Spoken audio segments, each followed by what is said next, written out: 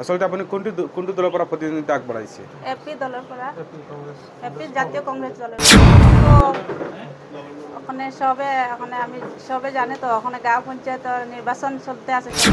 26 নং আমবাৰী গাঁও পঞ্চায়তৰ পঞ্চায়ত সদস্য পদৰ প্ৰাৰ্থী গংগা নমশূদ্ৰৰ ঘৰত আজি গৈছোঁ আৰু গংগা নমশূদ্ৰই আজি আমাক বিশেষকৈ মাতিছে কিবা এটা সভা হৈছে ঘৰত। আচলতে গংগা নমশূদ্ৰ অৰ্থাৎ এপি পদত অৰ্থাৎ কাউন্সিলাৰ বুলি কয়, কাউন্সিলাৰ পদত আচলতে প্ৰাৰ্থিত্ব দিছে আৰু তেখেতৰ লক্ষ্য বা উদ্দেশ্য কি বা জয়ী কিমান শতাংশ আচলতে তেখেত জয়ী হ'ব বুলি বিশ্বাস আছে, সেইখিনি আমাৰ এই আজিৰ এই ভিডিঅ'টোত বন্দী হৈছে। সবিশেষ গংগা নমশূদ্ৰ কি কৈছে সেইখিনি আপোনালোকে আজিৰ এই ভিডিঅ'টোত দেখিব পাৰিব। মইতো ওখানে আমি সবে জানে তো ওখানে গাঁও পঞ্চায়েতের নির্বাচন চলতে আছে, সবে জানে এটাই। ওখানে এটাই সব রাজ্যের কাছ থেকে আশা করতে আছি যে সবে আমারে ভোট দিয়া যাতে আগুয়াই নিতে পারে, এদিকে সবে এটাই আমি সবার কাছে এটা আশা রাখছি। আসলে আপনি কোনটো দলৰ পৰা প্ৰতিদ্বন্দ্বিতা আগবঢ়াইছে? এপি দলেৰ পৰা, এপি জাতীয় কংগ্ৰেস দলেৰ পৰা। ভাৰতীয় জাতীয় কংগ্ৰেছ। ভাৰতীয় জাতীয় কংগ্ৰেস। আচলতে আপোনাৰ সপোন বা লক্ষ্য কি অনাগত সময়ত? ৰাজ্য সেৱা কৰা।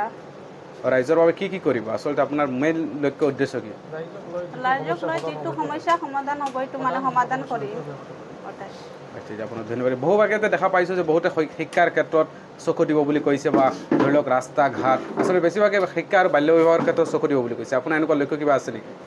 এইটো ৰাজ্যৰ এখন জিতাটো এটা পৰৰ কথা না, জিতলে আমি যেটাই ৰাজ্যৰ বাবে যাতে বালা আইব এটাই ওইদিকে আমি সব আগুৱাই যাইতে পাৰবো, এটাই সবৰে দেখুন।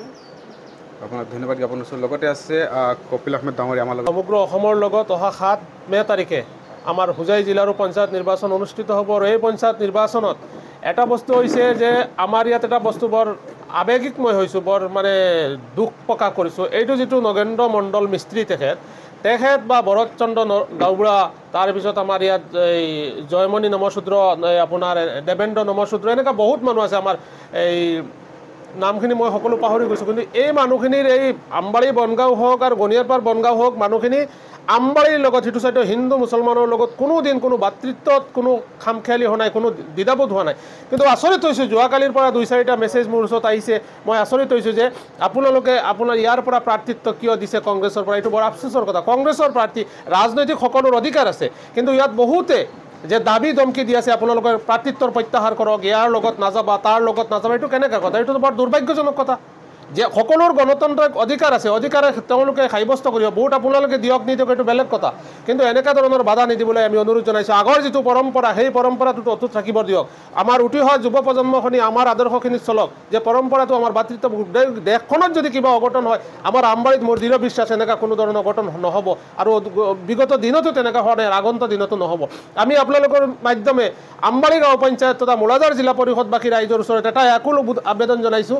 মোলাজাৰ জিলা পৰিষদৰ ভাৰতীয় জাতীয় কংগ্ৰেছৰ প্ৰাৰ্থী হেনা আমৰিন, আমাৰ এক্স-প্ৰেসি আবুল কালাম সাহাবৰ ভতিজী হেনা আমৰিনক আপোনালোকে বহুমূলীয়া ভোট হাতৰ চিনত আৰু আমবাৰী গাঁও পঞ্চায়তৰ আঞ্চলিক পঞ্চায়তৰ সদস্য পদৰ প্ৰাৰ্থী গংগা নমশূদ্ৰক আপোনালোকৰ বহুমূলীয়া ভোট হাতৰ চিনত দি জয়যুক্ত কৰিবলৈ মই বিনম্ৰ অনুৰোধ জনাইছোঁ।